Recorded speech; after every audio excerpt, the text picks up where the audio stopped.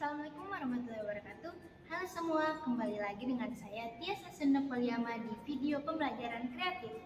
Di video kali ini kita akan membahas mapping penelitian dengan jenis analisis regresi sederhana dan analisis regresi berganda. Yuk simak video berikut ini. Analisis regresi sederhana. Judul penelitian pada kali ini adalah pengaruh insentif terhadap kinerja karyawan, bagian penjualan studi pada PT Cipta Langgeng Mitra Sukses. Penelitian ini dilakukan pada tahun 2020. Rumusan masalah adalah inti dari pembahasan dari penelitian ini. Apa yang menjadi pokok pembahasan pada penelitian kali ini adalah seberapa besar pengaruh pemberian insentif terhadap kinerja karyawan bagian penjualan pada PT Cipta Langgeng Mitra Sukses. Tujuan penelitian kali ini adalah jawaban dari rumusan masalah yang disajikan dalam bentuk kalimat pernyataan yang dimana adalah untuk mengetahui seberapa besar pengaruh insentif terhadap kinerja karyawan bagian penjualan pada PT Cipta Langgeng Mitra Sukses. Hipotesis penelitian adalah suatu dugaan yang dilontarkan oleh peneliti terkait penelitiannya. Di sini ada yang disiapkan untuk ditolak dan ada yang disiapkan untuk diterima. Dalam penelitian ini, hipotesisnya adalah diduga bahwa insentif berpengaruh terhadap kinerja karyawan bagian penjualan pada PT Cipta Langgeng Mitra Sukses. Jenis penelitian ini adalah metode penelitian yang digunakan kuantitatif, yaitu menganalisis adanya pengaruh antara variabel yang satu dengan yang lainnya. Desain penelitian dapat kita lihat di layar bahwa tanda panah ini menunjukkan adanya hubungan antara variabel X insentif dan variabel Y kinerja karyawan. Variabel penelitian di sini terdiri atas dua, yaitu variabel bebas dan variabel terikat, yang dimana variabel bebas atau independen adalah variabel yang tidak dipengaruhi oleh variabel lainnya, dan variabel terikat atau dependen adalah variabel yang bergantung pada variabel independen. Selanjutnya adalah definisi operasional variabel. Insentif dalam variabel insentif adalah tambahan penghasilan di luar gaji atau imbalan yang diperoleh karyawan karena adanya kelebihan prestasi kerja guna meningkatkan kinerja karyawan. Indikatornya adalah insentif material dan insentif non-material dengan skala ordinal. Selanjutnya adalah variabel kinerja karyawan, yang dimana kinerja karyawan ini adalah gambaran mengenai perilaku kerja atau prestasi kerja yang dihasilkan oleh karyawan dalam melaksanakan tugas dan tanggung jawab yang diberikan oleh perusahaan pada suatu periode tertentu. Indikatornya adalah kuantitas kerja, kualitas kerja, dan ketepatan waktu dengan skala ordinal.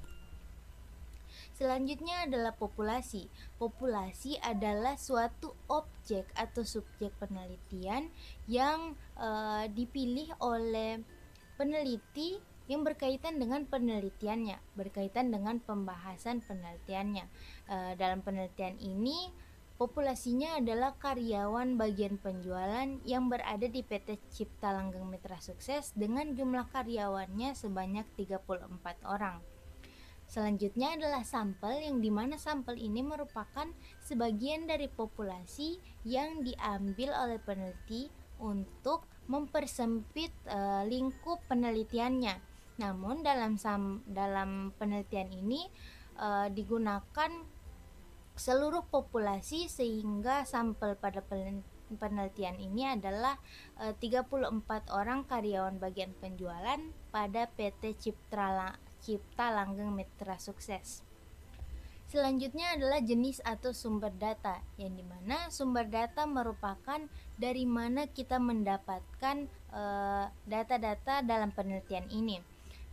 Sumber data terdiri atas dua, yaitu data primer dan sekunder, yang dimana data primer adalah data yang kita dapatkan secara langsung dari responden, seperti wawancara langsung, penyebaran kuesioner, dan observasi. Selanjutnya ada data sekunder, yang dimana Data ini didapatkan dari pihak lain seperti situs resmi dari Bank Indonesia, Bursa Efek, maupun BPS dan lain-lain. Pada penelitian ini, sumber data yang digunakan adalah dalam bentuk primer, yaitu data berupa hasil kuesioner yang telah diisi oleh responden. Selanjutnya adalah teknik pengumpulan data yang dimana pada kali ini menyebarkan kuesioner guna memperoleh data primer. Kuesioner disebarkan secara online melalui Giform karena dilakukan pada saat pandemi COVID-19. Selanjutnya adalah teknik analisis data. Teknik analisis data dalam penelitian ini adalah menggunakan metode deskripsi dengan pendekatan kuantitatif, dan analisis data dalam penelitian ini menggunakan analisis regresi sederhana. Analisis regresi sederhana digunakan apabila variabel dependen dipengaruhi hanya oleh satu variabel independen. Berikutnya adalah statistik deskriptif, yang dimana variabel insentif memiliki nilai minimum 16, nilai maksimum 30, jumlah 856, rata-rata 25,18, standar deviasi 3,316, dan skor variabelnya adalah 83,92%.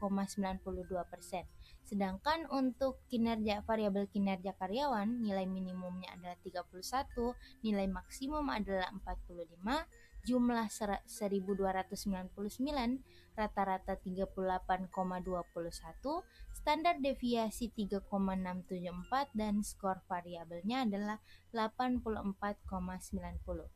Selanjutnya adalah analisis regresi. Dapat kita lihat berdasarkan tabel ini, diketahui bahwa nilai konstanta sebesar 18,106 dan koefisien regresi untuk variabel insentif adalah 0,798 yang bernilai positif.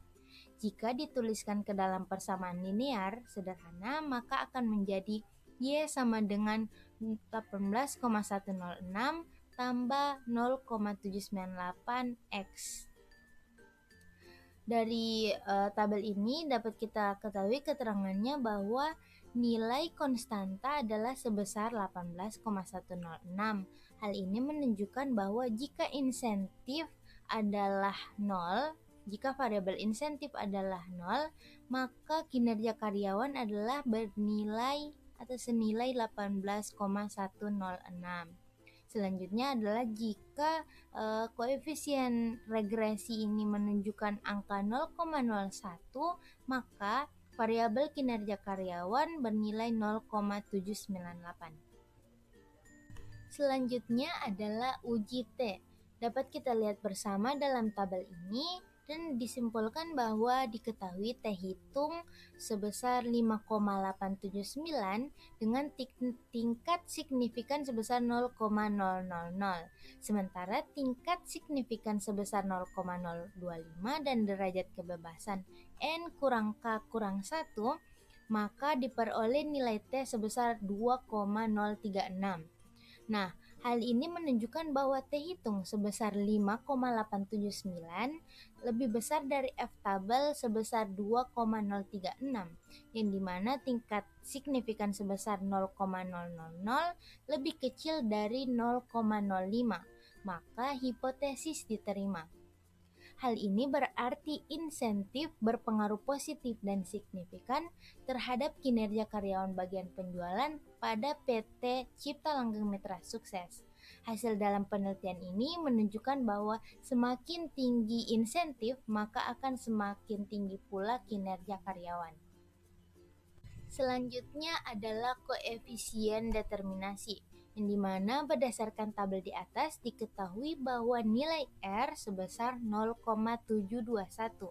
Menurut pedoman interpretasi koefisien korelasi, angka ini termasuk dalam kategori korelasi berpengaruh kuat karena berada pada interval 0,60 hingga 0,799. Hal ini menunjukkan bahwa insentif berpengaruh kuat terhadap kinerja karyawan. nilai R-square sebesar 0,519 menunjukkan bahwa kontribusi insentif ini terhadap kinerja karyawan adalah sebesar 51,9% dan sisanya sebesar 48,1% dipengaruhi oleh variabel lain di luar variabel pada penelitian ini. Itu dia tadi video mapping penelitian regresi sederhana. Selanjutnya kita akan melanjutkan ke video penelitian regresi berganda. Sebenarnya apa sih beda dari keduanya? Yuk simak video berikut ini. Selanjutnya adalah analisis regresi berganda. Dalam penelitian ini kita mengambil judul pengaruh non-performing loan atau NPL dan Operational Efficiency Ratio atau OER atau BOPO terhadap return on asset pada Bank Pembangunan Daerah yang terdaftar di Bursa Efek Indonesia periode 2010 hingga 2019. Penelitian ini dilakukan pada tahun 2021. Rumusan masalah adalah sesuatu yang menjadi pokok bahasan dalam penelitian ini. Nah, dalam penelitian ini ada 3 pokok permasalahan yang akan dibahas. Yang pertama adalah apakah non-performing loan berpengaruh terhadap return on asset pada Bank Pembangunan Daerah yang terdaftar di Bursa Efek Indonesia periode 2010 hingga 2019. Yang kedua adalah apakah operational efficiency ratio berpengaruh terhadap return on asset pada Bank Pembangunan Daerah yang terdaftar di Bursa Efek Indonesia periode 2010 hingga 2019. Dan yang ketiga apakah non-performing loan dan operational efficiency ratio berpengaruh terhadap return on asset pada Bank Pembangunan Daerah yang terdaftar di Bursa Efek Indonesia periode 2010 hingga 2019. Selanjutnya adalah tujuan penelitian yang dimana tujuan penelitian ini menjawab semua rumusan masalah, semua yang ada di rumusan masalah. Oleh karena itu, yang tadi rumusan masalah ada 3, maka tujuan penelitiannya pun ada 3, yaitu untuk mengetahui pengaruh non-performing loan terhadap return on asset pada Bank Pembangunan Daerah yang terdaftar pada Bursa Efek Indonesia periode 2010 hingga 2019. Yang kedua, untuk mengetahui pengaruh operational efficiency ratio terhadap return on asset pada Bank Pembangunan Daerah yang terdaftar di Bursa Efek periode 2010 hingga 2019. Dan yang ketiga adalah untuk mengetahui pengaruh non-performing loan dan operational efficiency ratio terhadap return on asset pada Bank Pembangunan Daerah yang terdaftar di Bursa Efek Indonesia periode 2010 dan 2019 hingga 2019. Hipotesis penelitian adalah sesuatu yang disiapkan oleh peneliti untuk ditolak atau diterima dalam penelitian ini. Nah, dalam regresi berganda biasanya apabila variabel independennya ada 2, maka hipotesisnya akan menjadi 3 seperti pada layar yang teman-teman lihat sekarang ini. Pada penelitian ini, H1 adalah non-performing loan berpengaruh negatif terhadap return on asset pada Bank Pembangunan Daerah yang terdaftar di Bursa Efek Indonesia periode 2010 hingga 2019. Hipotesis 2 H2 adalah operational efficiency ratio berpengaruh negatif terhadap return on asset pada Bank Pembangunan Daerah yang terdaftar di Bursa Efek Indonesia periode 2010 hingga 2019. H3 adalah non-performing loan dan operational efficiency ratio berpengaruh terhadap return on asset pada Bank Pembangunan Daerah yang terdaftar di Bursa Efek Indonesia periode 2010 hingga 2019. Jenis penelitian pada kali ini adalah penelitian kuantitatif, yaitu menganalisis pengaruh antara variabel yang satu dan variabel lainnya. Selanjutnya dapat kita lihat desain penelitian kali ini seperti ini, yang dimana kita lihat bahwa panah biru ini menunjukkan hubungan antara pengaruh X1 terhadap variabel Y, yang kedua adalah pengaruh X2 terhadap variabel Y, dan panah kuning ini menunjukkan adalah pengaruh kedua variabel ini terhadap variabel Y. Selanjutnya adalah variabel penelitian yang terdiri atas dua, yaitu variabel bebas dan variabel terikat, yang dimana variabel bebas adalah variabel yang tidak dipengaruhi oleh variabel lainnya, dan variabel terikat adalah variabel yang dipengaruhi oleh variabel lainnya. Variabel bebas di sini atau variabel independen adalah non-performing loan sebagai X1 dan operational efficiency ratio sebagai X2. Selanjutnya adalah variabel terikat atau variabel dependen adalah return on asset atau disebut dengan variabel Y.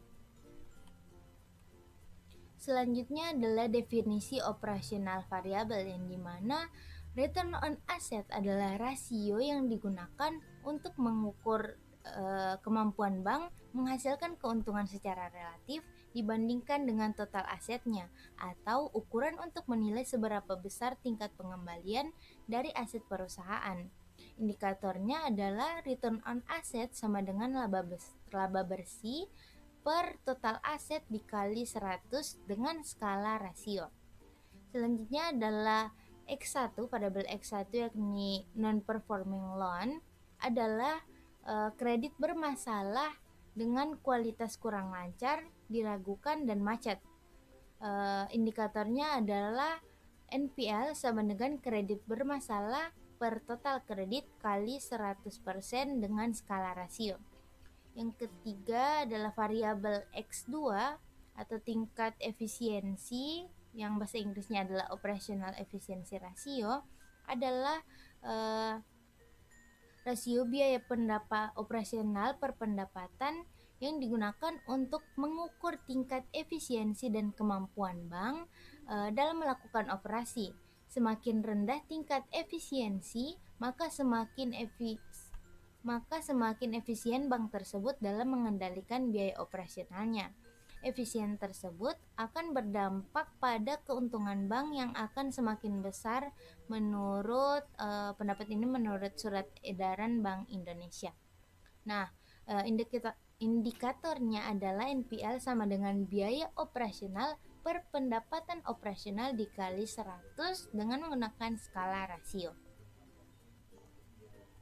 Selanjutnya adalah populasi, yang dimana populasi ini merupakan subjek atau objek dari penelitian yang dipilih oleh sang peneliti untuk menjadi target penelitiannya yang berhubungan dengan judul yang dipilih sang peneliti tersebut. Nah, dalam penelitian ini diperoleh populasi sebanyak 26 perusahaan bank pembangunan daerah yang terdaftar di Bursa Efek Indonesia pada periode 2010 hingga 2019. Nah, sampel yang digunakan perlu kita ketahui bersama bahwa sampel merupakan sebagian dari populasi itu. Selanjutnya adalah sampel, yang dimana sampel ini merupakan sebagian dari populasi. Penarikan sampel ini ada beberapa metode yang pada penelitian kali ini menggunakan purposive sampling, yang dimana menggunakan kriteria khusus untuk dijadikan sebagai sampel populasi untuk memperkecil lingkup penelitian. Nah, kriteria yang dipilih oleh peneliti kali ini adalah Bank Pembangunan Daerah yang menyediakan laporan keuangan selama tahun penelitian, yakni tahun 2010 hingga 2019. Dan yang kedua, kriteria kedua adalah Bank Pembangunan Daerah yang memiliki laba dan tidak mengalami rugi selama tahun penelitian, yakni tahun 2010 hingga 2019. Nah, dari kriteria-kriteria tersebut didapatlah 3 bank yang menjadi sampel dalam penelitian ini, yaitu Bank Pembangunan Jawa Barat, yang kedua adalah PT Bank Pembangunan Banten Tbk, dan yang ketiga adalah PT Bank Pembangunan Jawa Timur Tbk. Selanjutnya adalah jenis atau sumber data, yang dimana sumber data ini merupakan dari mana kita mendapatkan data dalam penelitian ini. Nah, sumber data penelitian dengan judul ini menggunakan data sekunder, yaitu berupa data dari masing-masing bank pembangunan daerah, serta laporan keuangan yang berupa laporan keuangan tahunan bank pembangunan daerah yang telah tercatat di Bursa Efek Indonesia yang telah dipublikasikan pada periode penelitian 2010 hingga 2019. Selanjutnya adalah teknik pengumpulan data dalam penelitian ini adalah dengan cara dokumentasi dan data pustaka, yaitu yang didapat dari artikel-artikel dan buku-buku yang dipilih berhubungan dengan judul penelitian ini.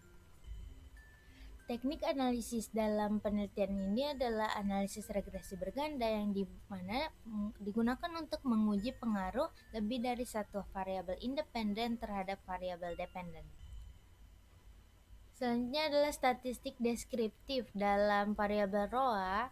ROA nilai rata-rata pada variabel ROA ini lebih kecil dibandingkan dengan nilai standar deviasi yang dimana mengindikasikan bahwa rata-rata tersebut bukan merupakan representasi yang baik untuk menggambarkan seluruh data ROA. Selanjutnya adalah NPL yang dimana nilai min-nya dan standar deviasinya ini nilai rata-rata lebih kecil daripada standar deviasinya, yang dimana mengindikasikan bahwa nilai rata-rata bukan merupakan representasi yang baik untuk NPL ini sendiri. Dan terakhir adalah untuk BOPO, nilai rata-rata variabel BOPO ini lebih besar daripada nilai standar deviasi. Maka dari itu mengindikasikan bahwa nilai rata-rata tersebut merupakan representasi yang baik untuk seluruh data BOPO pada penelitian pada periode tahun penelitian 2010 hingga 2019. Selanjutnya adalah analisis regresi dengan dapat kita lihat bahwa tabel ini menyimpulkan persamaannya adalah ROA sama dengan 11,19499 kurang 0,150050 kurang 0,104176 X2 tambah E, yang mengindikasikan bahwa dari nilai-nilai tersebut yang sudah ditandai kuning dapat disimpulkan bahwa setiap terjadi kenaikan biaya operasional per pendapatan operasional sebesar 1%, maka akan mempengaruhi penurunan return on asset sebesar 10,42%. Hal ini berarti setiap terjadi kenaikan biaya operasional per pendapatan operasional pada bank pembangunan daerah, maka akan menurunkan return on asset perusahaan selama tahun amatan 2010 hingga 2019.